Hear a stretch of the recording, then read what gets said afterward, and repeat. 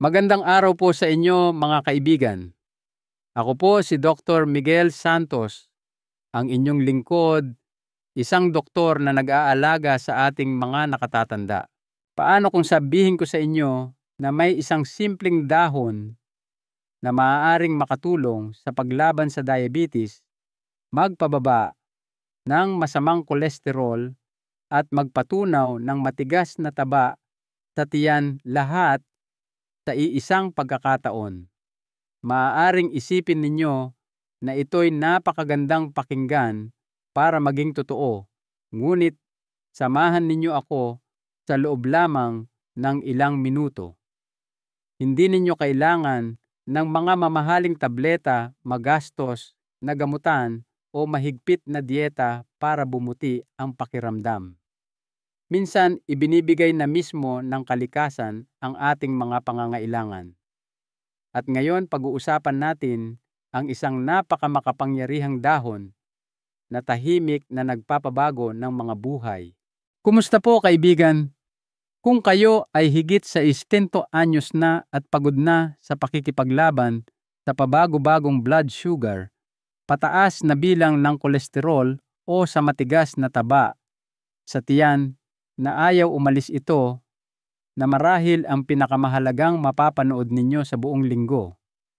Sa katunayan, ipinapakita sa mga pag-aaral na ang isang dahong ito ay nagtataglay ng mga espesyal na sangkap na sumusuporta sa inyong metabolismo, nagpoprotekta sa inyong puso, nagbabawas ng pamamaga, at tumutulong sa inyong katawan na mas epektibong magsunog ng taba kahit pa kayo ay nagpapahinga. At hindi lang iyan.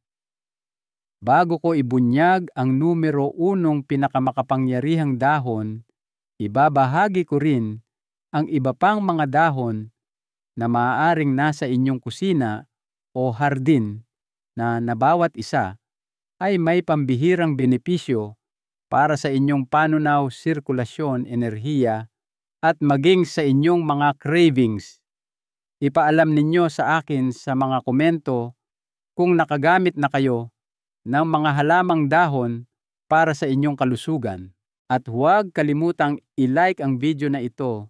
Handa na ba kayong gawin ang unang hakbang tungo sa isang mas magaan at malusog na pangangatawan? Halina't simulan na natin, dahil ang pinakaunang dahon sa ating listahan ay maaaring nasa inyong lagayan na ng tsaa. Isang dahon na marahil ay pamilyar sa inyo, ang peppermint. Higit pa ito sa pagiging isang sariwang pampalasa. Alam nyo ba na kaya nitong pabilisin ang inyong metabolismo kahit kayo ay nakaupo lang? Ibig sabihin, mas maraming calories ang natural na nasusunog ng inyong katawan. Isang bagay na nagiging mas mahirap habang tayo ay nagkakaedad. Ngunit hindi lang diyan nagtatapos ang galing ng peppermint. Pinagiginhawa nito ang panunaw, binabawasan ang paglaki ng tiyan dahil sa hangin bloating, at tinutulungang ilabas ang sobrang likido na sanhi ng mabigat at manas na pakiramdam sa tiyan. Higit pa rito, ipinapakita sa mga pag-aaral na ang peppermint ay nakatutulong na patatagin ang blood sugar, bawasan ang biglaang pagtaas nito, sugar spikes, at pagaanin ang cravings para sa matatamis. Mabuti rin ito sa inyong puso, nagpapababa ng masamang kolesterol, LDL, nagpapataas ng mabuting kolesterol, HDL, at nagpoprotekta sa inyong mga ugat. Isang nakagiginhawang tasa lang ng peppermint tea sa isang araw ay kayang gumawa ng kababalaghan. Nasubukan nyo na ba ito? Ibahagi ang paborito ninyong paraan ng pag-e-enjoy ng peppermint sa mga komento.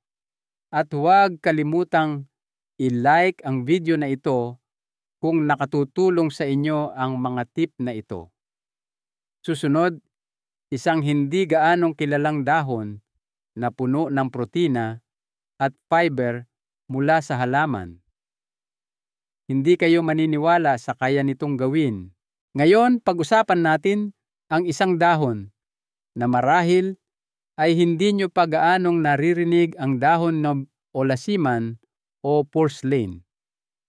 Medyo mahirap bigkasin, pero maniwala kayo, ang munting dahong ito ay isang nutritional powerhouse. Puno ito ng protina at fiber mula sa halaman, dalawang bagay na tumutulong para mas matagal kayong mabusog, bawasan ang cravings, at panatilihing stable ang inyong blood sugar pagkatapos kumain. Ito ay mahalaga kung kayo ay may diabetes o sinusubukang iwasan ang mga sugar crash na nagiiwan sa inyong pagod at gutom. Ang fiber sa dahong ito ay tumutulong din na walisin ang sobrang kolesterol, protektahan ang inyong mga ugat, at suportahan ang malusog na panunaw. Maraming tao ang nakapansin ng bawas na bloating at mas regular na pagdumi matapos itong idagdag sa kanilang routine.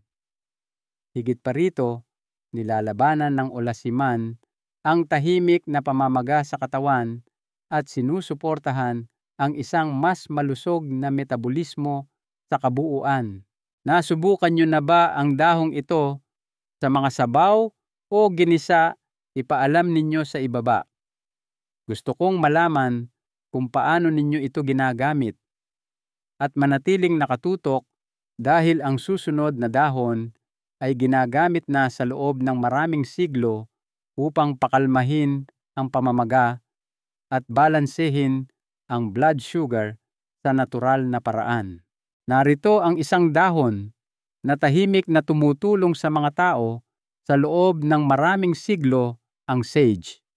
Kung problema ninyo ang matigas na taba sa tiyan, mataas na blood sugar o tumataas na kolesterol, ang munting dahong ito ay maaaring maging bago ninyong matalik na kaibigan. Ang sage ay may natural na kapangyarihang anti-inflammatory na tumutulong pakalmahin ang inyong katawan mula sa loob. Mahalaga iyon dahil ang talamak na pamamaga ay isang nakatagong sanhi ng pagbigat ng timbang insulin resistance at maging ng mga problema sa puso. Tumutulong din itong i-regulate ang blood sugar at sinusuportahan ang mas mahusay na insulin sensitivity na ginagawang mas madali para sa inyong mga selula na sipsipin ang glucose ng walang mapanganib na pagtaas. Dagdag pa rito, kaya nitong pababain ang masamang kolesterol habang pinapataas ang mabuting uri na nagbibigay sa inyong puso ng suportang nararapat dito. Nakapagluto na ba kayo gamit ang sage o sinubukan ito bilang tsaa? Ipaalam ninyo sa mga komento. Susunod, isang sagradong dahon na kilala sa pagtunaw ng taba sa tiyan at paglilinis ng katawan mula sa loob. Isang makapangyarihang dahon na madalas tawaging reyna ng mga halamang gamot, ang holy basil o sulasi. Hindi ito ang karaniwang basil sa kusina. Pinahahalagahan ito dahil sa mga katangian nitong nakagagaling lalo na pagdating sa blood sugar at kolesterol. Ang holy basil ay tumutulong na balansehin ang inyong blood sugar at pinipigilan ang matutulis na pagtaas nito na maaaring humantong sa pagbigat ng timbang at pagkapagod. Pinakakalma rin nito ang pamamaga, ang tahimik na puwersa sa likod ng taba sa tiyan, insulin resistance at mga problema sa puso. Bukod dito, pinabababa nito ang masamang kolesterol at sinusuportahan ang inyong sirkulasyon, kaya't ito'y isang tunay na kaagapay para sa kalusugan ng puso. At kung kayo ay madalas makaramdam ng bloating o kabigatan, ang holy basil ay nagsisilbing isang banayad na detox na naglalabas ng sobrang likido at toxins na nagpapabigat sa inyo. Nasubukan nyo na ba ang holy basil tea o ginamit ito sa pagluluto? Gusto kong marinig ang inyong karanasan. Susunod, isang sikat na halamang gamit sa pizza na may nakakagulat na benepisyo para sa inyong blood sugar at baywang. Maaaring iniisip ninyo na ang oregano ay isang pampalasa lang sa pizza, ngunit sa totoo lang, isa ito sa mga pinakamakapangyarihang halamang gamot para sa inyong metabolismo. Ang oregano ay puno ng mga antioxidant na tumutulong pakalmahin ang pamamaga at protektahan ang inyong mga selula mula sa pinsala, lalo na ang uri na nag-aambag sa diabetes, mga issue sa kolesterol at matigas na taba sa tiyan. Ang mga natural na sangkap nito ay nagpapabuti sa insulin sensitivity na tumutulong sa inyong katawan na mas maayos na pamahalaan ang asukal at iwasan ang mapanganib na pagtaas nito. Nangangahulugan iyon ng mas matatag na enerhiya at mas kaunting cravings. Sinusuportahan din nito ang malusog na kolesterol sa pamamagitan ng pagpapababa ng masamang LDL at pagpapalakas ng mabuting HDL, habang tumutulong na linisin ang inyong mga ugat at protektahan ang inyong puso. Nagwiwisik ba kayo ng oregano sa mga sabaw o salad? Ipaalam ninyo sa akin kung paano ninyo ito gustong gamitin. At susunod, isang hamak na dahon na nagsisilbing natural na water pill ng kalikasan at sumusuporta sa inyong mga bato, puso at tiyan ng sabay-sabay. Pag-usapan natin ang isang dahon na marahil ay nasa loob na ng inyong frigider ngayon, ang parsley o kinsay. Mukha itong simple, ngunit huwag ninyo itong maliitin. Ang parsley ay isa sa pinakamahusay na natural na diuretics ng kalikasan. Tinutulungan nito ang inyong katawan na ilabas ang sobrang likido sodium at toxins na nagpapaginhawa sa mabigat at bloated na pakiramdam sa paligid ng inyong tiyan at nagpapagaan ng presyon sa inyong mga bato at puso. Sinusuportahan din nito ang malusog na antas ng blood sugar sa pamamagitan ng pagpapabuti kung paano tumutugon ang inyong katawan sa insulin. Nangangahulugan iyon ng mas kaunting sugar spikes at mas matatag na enerhiya sa buong araw. Bukod pa riyan, ang parsley ay tumutulong na magpababa ng masamang kolesterol, labanan ang pamamaga, at suportahan pa ang inyong atay. Puno ito ng bitamina A, C at K, kasama ang mga mineral tulad ng potassium at iron. Nagdaragdag ba kayo ng parsley sa inyong mga pagkain o katas? Gusto kong malaman kung paano ninyo ito ginagamit. Susunod, isang nakapagpapakalmang dahon na hindi lang nagpapakalma sa inyong mga nerbiyos, kundi tumutulong din na balansehin ang blood sugar at tunawin ang taba sa tiyan. Ngayon, pag-usapan na natin ang isang nakapagpapakalmang halaman na may makapangyarihang mga nakatagong benepisyo, ang lemon balm. Maaaring kilala ninyo ito sa nakaka-relax na amoy nito, ngunit higit pa ang ginagawa nito kaysa sa pagtulong sa inyong mag-relax. Ang lemon balm ay tumutulong na magpababa ng blood sugar sa natural na paraan sa pamamagitan ng pagpapabuti kung paano ginagamit ng inyong katawan ang insulin, na ginagawa itong isang banayad na kaagapay sa pamamahala ng diabetes o pag-iwas dito. Nilalabanan din nito ang talamak na pamamaga na isang pangunahing sanhi ng taba sa tiyan, mataas na kolesterol at maging ng sakit sa puso. Nakakaramdam ba kayo ng stress? Ang lemon balm ay tumutulong na bawasan ang cortisol, ang stress hormone na nagiging sanhi ng pag-iimbak ng taba ng inyong katawan, lalo na sa gitnang bahagi. Dagdag pa rito, sinusuportahan nito ang malusog na presyon ng dugo at sirkulasyon habang nagbibigay ng banayad na tulong sa inyong panunaw. Nasubukan nyo na ba ang lemon balm tea sa gabi? Ipaalam ninyo sa mga komento. Susunod, isang sariwa at malamint na dahon na gumagawa ng kababalaghan para sa inyong tiyan at blood sugar.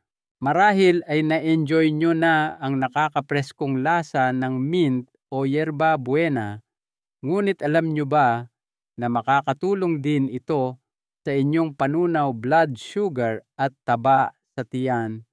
Pinagiginhawa ng mint ang inyong digestive system, binabawasan ang hangin at bloating at tinutulungan ang inyong katawan na mas mahusay na iproseso ang pagkain. Nangangahulugan iyon ng mas kaunting discomfort at mas mahusay na pagtunaw ng taba. Mayroon din itong banayad na diuretic effect na tumutulong sa inyong katawan na maglabas ng sobrang likido at sodium. Malaking tulong iyon kung madalas kayong makaramdam ng pamamaga o manas, lalo na sa paligid ng midsection. Higit pa rito, sinusuportahan ng mint ang matatag na blood sugar sa pamamagitan ng pagpapabuti ng insulin sensitivity. Nakakatulong itong bawasan ang sugar spikes at panatilihing mas matatag ang inyong enerhiya. At ang mga antioxidant nito ay sumusuporta rin sa malusog na antas ng kolesterol at paggana ng puso. Nakapagdagdag na ba kayo ng mint sa inyong tubig o mga salad? Gusto kong marinig ang paborito ninyong paraan para i-enjoy ito. Susunod, isang masarap na dahon na nagpapakalma sa pamamaga at nagpoprotekta sa inyong puso mula sa loob. Tingnan natin nang mas malapitan ang basil o balanoy. Isang mabangong dahon na maaaring ginagamit nyo na sa inyong pagluluto. Ngunit higit sa lasa, ang basil ay puno ng kapangyarihang nakagagaling. Tumutulong itong i-regulate ang blood sugar sa pamamagitan ng paggawa sa inyong mga selula na mas tumutugon sa insulin. Nangangahulugan iyon ng mas kaunting sugar highs at crashes at mas mahusay na enerhiya sa buong araw. Nilalabanan din ng basil ang pamamaga, isa sa mga ugat na sanhi ng pagbigat ng timbang, mataas na kolesterol at sakit sa puso. Sinusuportahan pa nito ang balanse ng kolesterol sa pamamagitan ng pagpapababa ng masamang LDL at pagpapataas ng mabuting HDL na pinapanatiling malinis ang inyong mga ugat at protektado ang inyong puso. At narito ang isang bagay na espesyal: ang basil ay makakatulong na pagaanin ang stress sa pamamagitan ng pagbalanse ng mga hormone tulad ng cortisol na ginagawang mas madali ang pamamahala sa timbang at cravings. Ginagamit nyo ba ang basil na sariwa o bilang tsaa? Ipaalam ninyo sa mga komento. Susunod, isang hamak na damo na may seryosong kapangyarihan sa pag-detox. Marahil ay nakakita na kayo ng dandelion na tumutubo sa inyong bakuran, ngunit ang munting dahong ito ay isa sa pinakamakapangyarihang tool sa pag-detox ng kalikasan. Ang dandelion ay tumutulong na linisin ang inyong atay na may malaking papel sa kung paano pinangangasiwaan ng inyong katawan ang taba, asukal at toxins. Ang isang mas malusog na atay ay nangangahulugan ng mas mahusay na metabolismo at mas madaling pagbawas ng taba, lalo na sa paligid ng tiyan. Gumagana rin ito bilang isang natural na diuretic na naglalabas ng sobrang likido at sodium na tumutulong sa inyong makaramdam na mas magaan at hindi gaanong bloated. Sinusuportahan ng dandelion ang malusog na antas ng blood sugar sa pamamagitan ng pagpapabuti ng tugon sa insulin at pag-iwas sa sugar spikes. At pagdating sa kolesterol, tumutulong itong bawasan ang masamang LDL at panatilihing malinis ang inyong mga ugat. Dagdag pa rito, pinakakalma nito ang pamamaga sa inyong digestive system at mga daluyan ng dugo. Nasubukan nyo na ba ang dandelion tea o ang mga dahon nito sa isang salad? Gusto kong marinig kung paano ninyo ito ginagamit. Susunod, isang mabangong dahon na hindi lang nagpapabilis ng metabolismo, kundi tumutulong din sa inyong katawan na mas mabilis magsunog ng taba. Isang napakabangong halaman na maaaring niluluto nyo na ang rosemary. Ngunit higit sa amoy at lasa ito ay isang makapangyarihang kaagapay para sa inyong metabolismo at puso. Tumutulong ang rosemary na mapabuti ang insulin sensitivity na nangangahulugang mas mahusay na napangangasiwaan ng inyong katawan ang asukal na humahantong sa mas matatag na blood sugar at mas kaunting pag-iimbak ng taba. Pinabababa rin nito ang masamang kolesterol, LDL. Sinusuportahan ang malusog na sirkulasyon at tumutulong na panatilihing malinis ang inyong mga ugat. Malaking tulong iyon para sa inyong puso. Ang talagang espesyal, tinutulungan ng rosemary ang inyong mga selula na magsunog ng mas maraming taba sa pamamagitan ng pagpapalakas ng aktibidad ng mitochondrial, ang natural na mga makina ng enerhiya ng inyong katawan. At tulad ng marami sa mga pinakamahusay na halamang gamot, ito ay isang natural na anti-inflammatory at banayad na diuretic na tumutulong sa inyong katawan na maglabas ng mga lason at bawasan ang pamamaga. Ginagamit nyo ba ang rosemary sa pagluluto o mga tsaa? Ibahagi ang paborito ninyong paraan sa ibaba. Susunod, isang nakakagulat na dahon mula sa isang prutas na may gatas na gumagawa ng kababalaghan para sa blood sugar at taba sa atay. Marahil ay na-enjoy nyo na ang prutas, ngunit narinig nyo na ba ang tungkol sa kapangyarihan ng dahon ng abokado? Ang dahong ito ay isang nakatagong hiyas pagdating sa blood sugar, kolesterol at taba sa tiyan. Isa ito sa mga pinaka-anti-inflammatory na dahon na tumutulong pakalmahin ang katawan at protektahan ang inyong puso, atay at mga bato. Pinapabuti ng mga dahon ng abokado kung paano ginagamit ng inyong katawan ang insulin na nangangahulugang mas kaunting asukal ang naiimbak bilang taba at ang inyong enerhiya ay nananatiling mas balanse. Tumutulong din silang tunawin ang taba sa atay na kadalasan ay tahimik ngunit mapanganib, lalo na habang tayo ay tumatanda. At pagdating sa kolesterol, ang dahong ito ay tumutulong na pababain ang masamang LDL at itaas ang mabuting HDL na nagpapabuti sa sirkulasyon at nagbabawas sa panganib sa puso. Gumagana rin ito bilang isang natural na diuretic na tumutulong bawasan ang pamamaga at ilabas ang mga lason.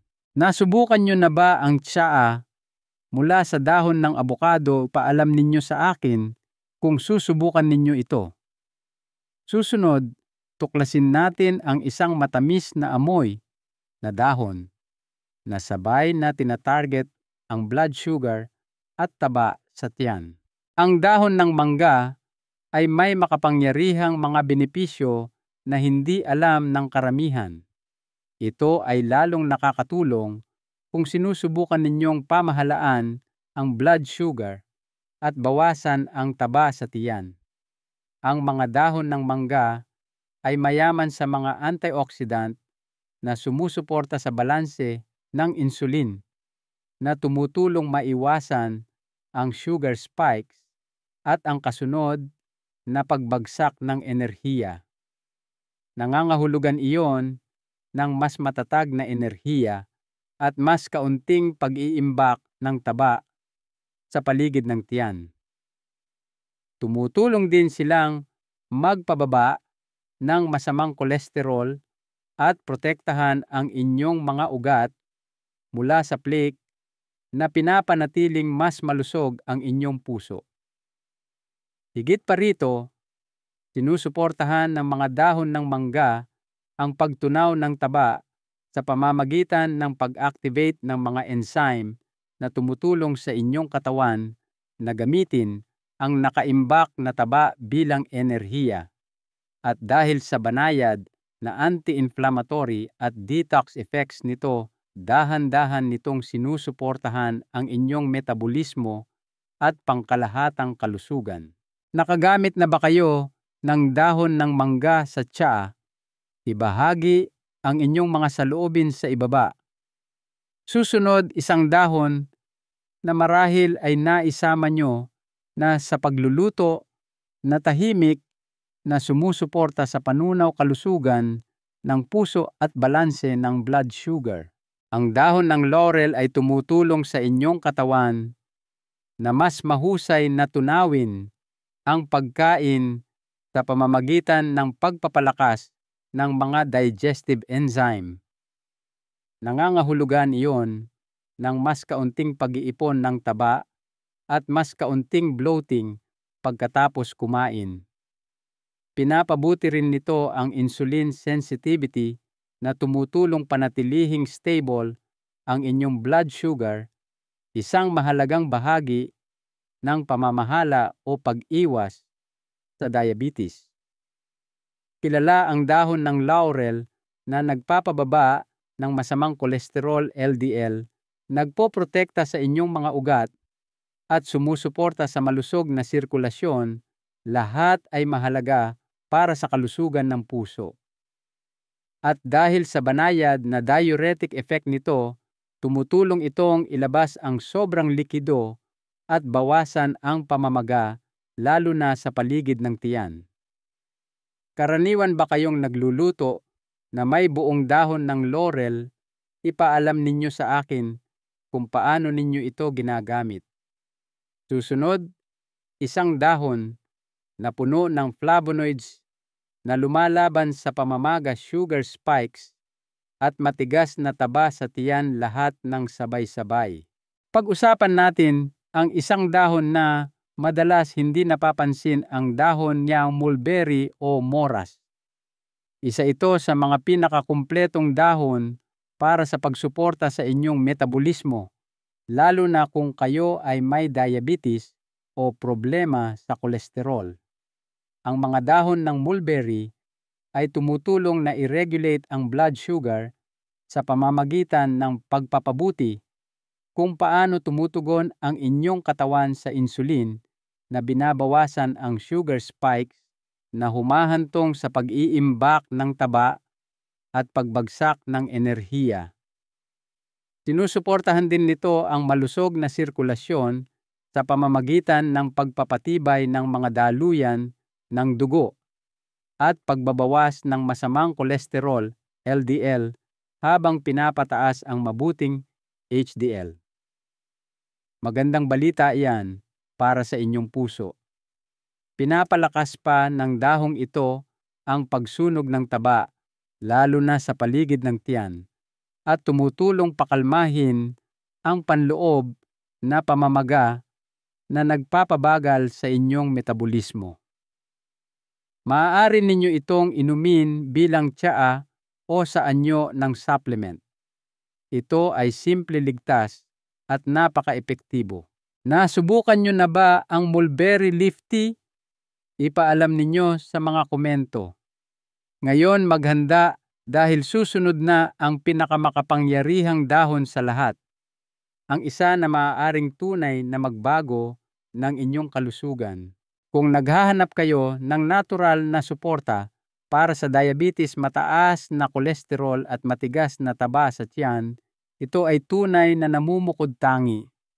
Ang mga dahon ng oliba ay mayaman sa isang espesyal na sangkap na tinatawag na oleuropein na tumutulong na balansehin ang blood sugar, pabutihin ang insulin sensitivity at pigilan ang sugar spikes na humahantong sa pag-iimbak ng taba lalo na sa paligid ng tiyan.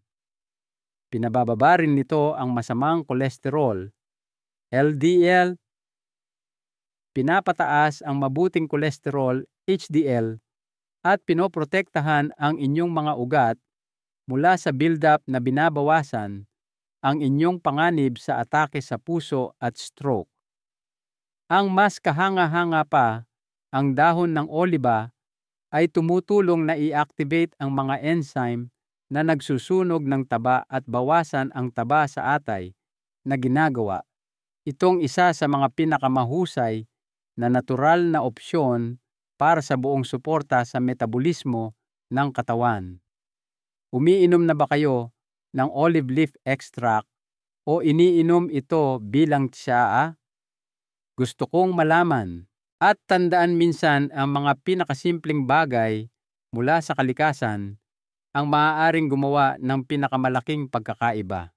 Kaya ayan na po, ilan sa mga pinakamakapangyarihang nakagagaling na dahon na iniaalok ng kalikasan. Mula sa peppermint hanggang sa dahon ng oliba, bawat isa ay may dalang espesyal na bagay.